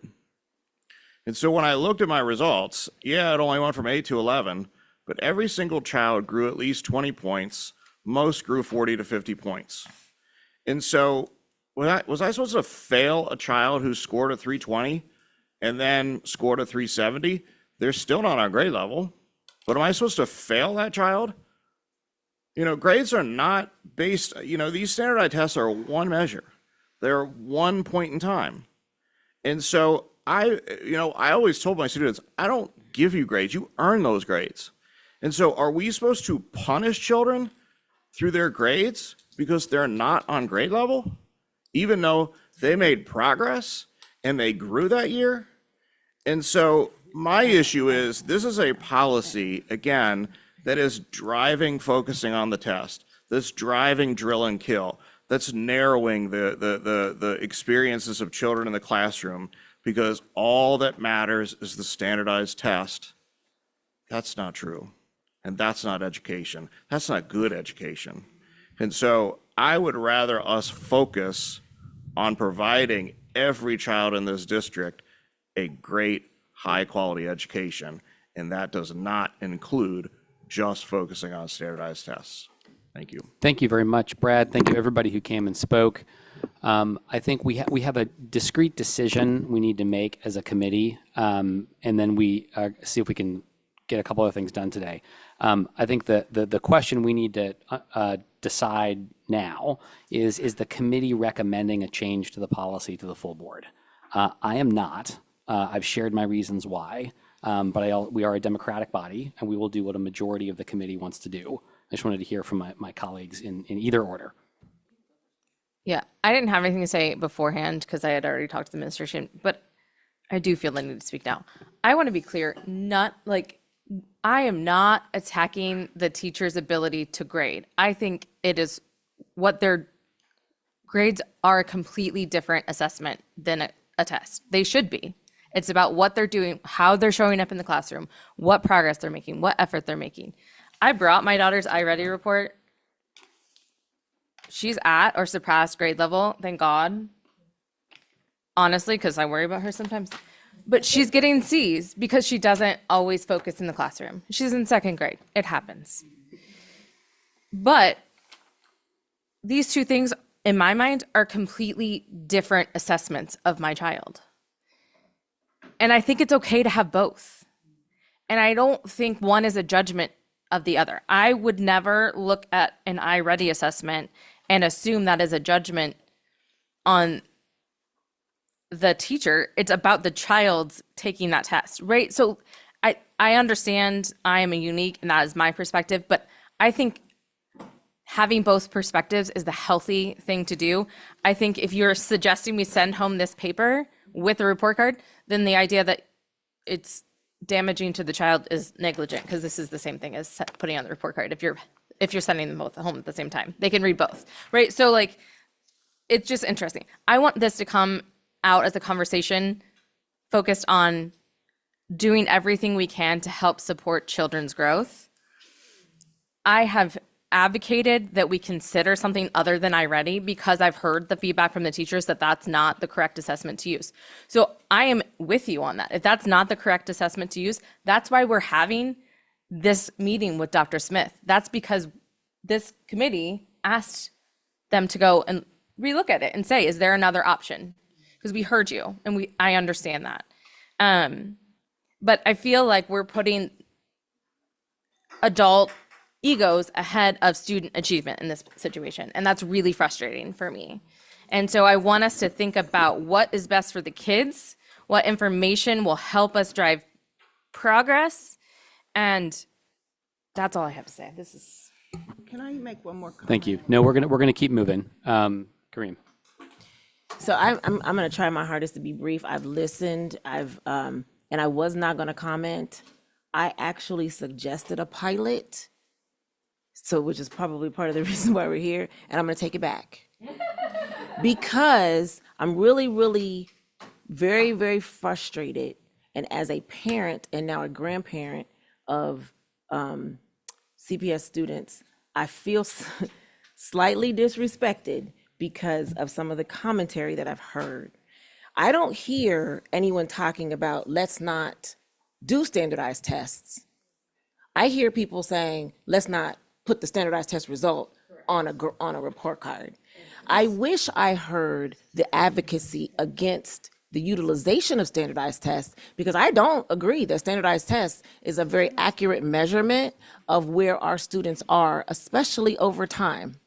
I think standardized tests, I'm going to read what an agent, the American.edu said that they are, because I have a different opinion slightly. But it does say that it offers a consistent, objective measure of student proficiency, helping to identify academic strengths, weaknesses, and learning gaps. It is one tool. It is not completely defining of students, but neither are the letter grades that they get. I know students who are getting D's and F's and are geniuses. I know students who are getting A's and B's, and I question that. It has nothing to do with my definition of or support of that student, but it is one measurement of time that I look at to identify that student. And it is to say that students share their report cards and that they're going to be running around here talking to other students. What about that student that sits in the classroom and gets an A and knows that because students talk, knows that the other student is not on grade level because they hear it and they see it, but they're getting an A? What is going on with the self-esteem of that student that is inferring that perhaps I see this student that's not getting this grade, but I mean, that's not proficient. I'm reading above, but I have the same grade. I don't hear any support for getting rid of standardized testing, but I hear support for saying, you know what, let's just not put it on the report card. I hear support to say, I want to support parents, and it's lazy to rely on technology, yet print out the score that they have, which is another expense to the district that we don't have. We're already limiting copy clicks. I hear let's have more parent conferences, but I also have parents complaining to me that some, not all, when this gets repeated, please correctly stay. Some teachers are not accessible outside of the conference hours. And we didn't put any additional information in our bargaining unit conversations to allow for, I don't think we did, please correct me, for more innovative and creative opportunities for teachers to have time to do some of the creative things that you're sharing that they already want to do.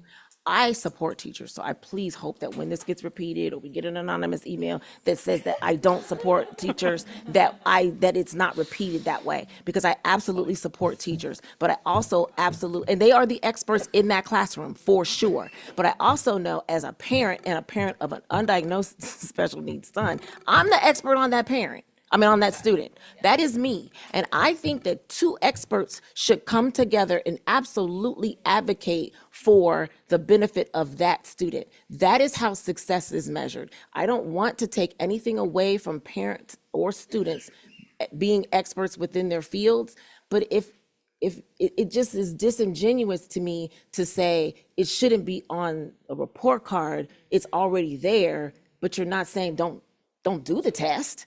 You're saying just don't put it right here. And I have a whole group of parents that are saying, you know what, we want an additional resource to be able to advocate. Why are we stopping advocacy for our parents. This policy to me, not the truancy policy that's up there, but this policy to me around grading is about empowering the parents to do something different as expeditiously as they can.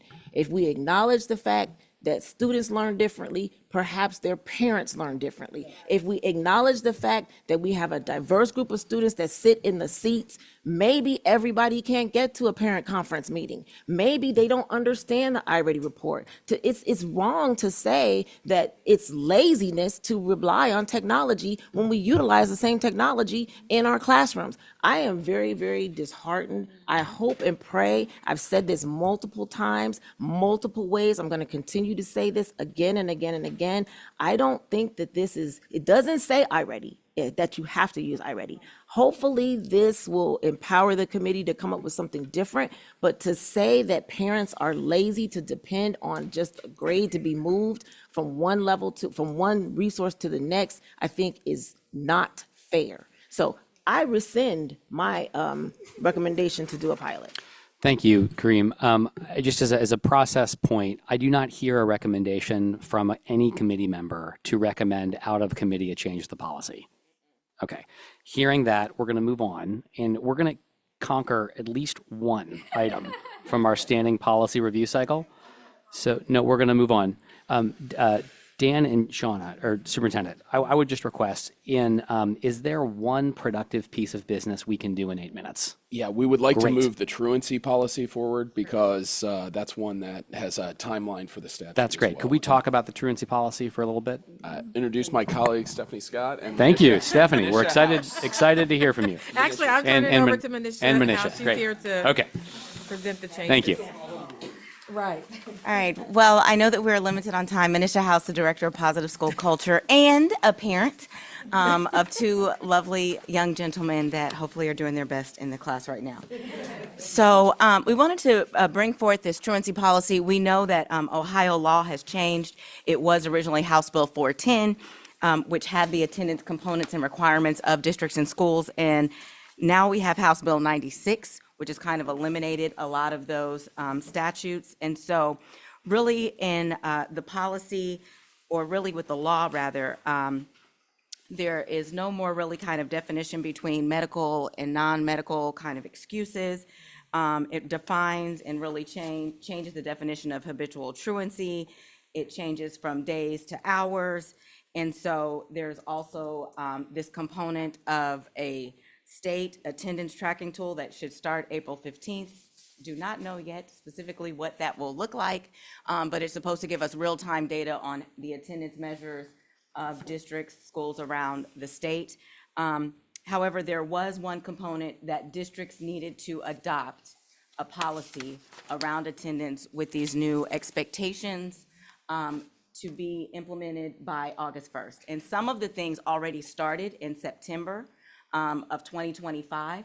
And so as committees, even within our social work office, have gathered together and we've met with general counsel to really look at how to make a robust policy.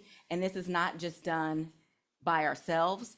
According to the law, we have to do this with the courts. So we have met with members of the courts, and we've spoken, sent information to Judge Bloom to be able to get feedback on not only just the policy, but also our processes and procedures of how we can be better. So CPS, as normally what CPS does, we go above and beyond. We realize that a portion of this policy that I do like that we're recommending, it pulls out the tiered supports, tier 1, 2, and 3. Tier 1 being universal supports for all students, that we can have this conversation about how important attendance is, because it doesn't take much to roll into chronic absenteeism when you think that it is excused and unexcused. It doesn't matter. It's just if the student is absent from this learning environment at all. And then there's this tier 2 for students that need a little bit more support. And we want to change the language from absence intervention plan to student engagement plans, because really we're talking about how to engage the student. And there could be different modalities as far as it could be academically focused. There could be some behavioral concerns. that we want to be able to address the whole needs of a child with the parent and with the child. So that's kind of like that tier 2 level. And then obviously there's the tier 3 level that we can continue to use additional resources and supports and further use the court system to be able to help us to help identify areas of needs. So those are just kind of some of the new things. And we also changed in our policy the recommendation from days to hours and what those hour thresholds will be, and that we are, as a department, meeting the requirements of the law overwhelmingly and superseding what the statute is asking us to do. We understand that early intervention and notification is the key, and monitoring those interventions is what's going to be helpful to support students to eliminate the barriers that give kids access to school. That's the best way for me to sum it up. Thank you. That's great. So quick questions from, I think our goal is to be able to ask questions and decide if we can recommend this out in our next couple of minutes. Questions from, and if we need more time, we will take more time. Doing it right is more important than doing it quickly. But questions or comments from any board members? I just wanted to ask on the second page, page 2, where it says parent guardian notice. It says writing, but I'm wondering, can we expand that to include, or did you already think about it, like a robocall or a text message or a phone call? Because writing feels like maybe we may miss some people that have moved. I don't know what their circumstances are, but I was just circling writing. So our expectation as a department that you do it in different modalities. We do robocall. I tell them anyways, by all means necessary. Robocall, it is a letter that we send to families, like we mail, snail mail, but then we also send emails. Even if we can send it through text messaging features so that it gets to a parent as a text message and it comes up as an attachment, we do that as well. So it's always, and we also do it as voice conversation. I think the impetus on the writing is that we have documentation, so we document how we communicated with the families. Okay. So to us, just giving a phone call is not enough. Like, we need to be able to document, to go back, how do we communicate and how do we confirm that communication happened and occurred? Well, the only thing that I would want us to add then add? is just say, or custodian in writing using all modalities or something like that, just so that we're covered to say it's a multiple of ways that it can happen. So if somebody says, well, you mailed me a letter and I didn't get it. Well, all modalities means, ma'am, did you get the text message? Did you get, just so that we're kind of covered. But that was the only thing that I had to add. Can I ask, like, is there a version of this that is simple enough and feasible, like good administrative process that we could still put forward at the next board meeting? Or is this like a change that you would want to think about, come back to the committee with? There's no right or wrong answer. I just want to. So it's August 1 is the date, so there is time. We just wanted to get it in front of you because we're Okay. on the clock. Would you like a month to take this edit and think through it, or do you feel like you got a version that feels good to you now? Again, no right or wrong answers. I just wanted to get a. Right. I think we would just have to make sure that we would just have to make sure that a parent was notified, text and a letter, and they said, well, you didn't do all modalities. Like, Yeah. I just want to make sure that we get that language right. That would be the only piece, So and then maybe it's that, maybe we have like the freedom to use multiple modalities of communication. Yeah, so- 'cause some of our communication is home visits as well. I think this is everybody trying to do the right thing, and we have time. So why don't you take till April and do a version of it that you really like, and we will still get it passed by August 1st. Does that feel okay to everybody? Yeah, that's fine. Okay. Okay, with that, is there a motion to, so I think just as we have one more. Well, the only other thing, Yeah. there's a mention on the agenda to renaming the Western Hills Dater softball field. Yeah. If that requires discussion, we certainly can take it back. If there's no objection, Yeah, no, we should, look, policy doesn't name things, like the board names things, right? So I was unclear why it came to policy committee. So Is that, the board policy is that the naming is a function of the board. We try to get it to, and including gymnasiums or Yeah. fields or whatever. Yeah. They've asked whether they can rename the field.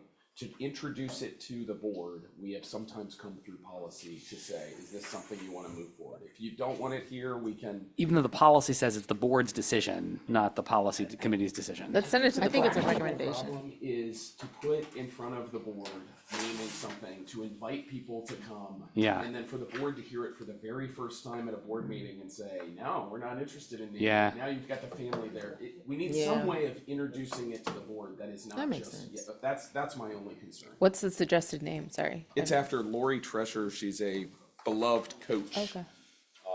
Longtime coach at Westside. It's coming from the school. Is this controversial in any way, shape, or form? Does anybody have any objections I to it? approve. The only thing I asked is if she is living, and she is. She is. Sometimes that matters. So any concerns from colleagues? No, no. So then let's have the board decide Yeah, of whether or not course. this is the, yeah, okay, great. That's Sorry, all we were I want to empathize with the practical challenge of what Yeah. you're describing. And I'm also, yes, thank There you. may be a better way for us to do it in the future. We'll figure it out. Wait, I do have a question though, just really quickly. So that's the suggested name. Did the school community come up with that and say, okay, let's see about getting this named after her? Is that what that was? exactly Okay, Yeah. okay, Okay, yeah, I'll see it. yeah. Superintendent, I got you. It's coming straight from the school. Yeah. Okay, okay. I was just wondering, are they gonna we be mad? we can rename it if it's a problem, right? Like this, not okay. So, motion to Yeah, motion adjourn, to, okay? yeah,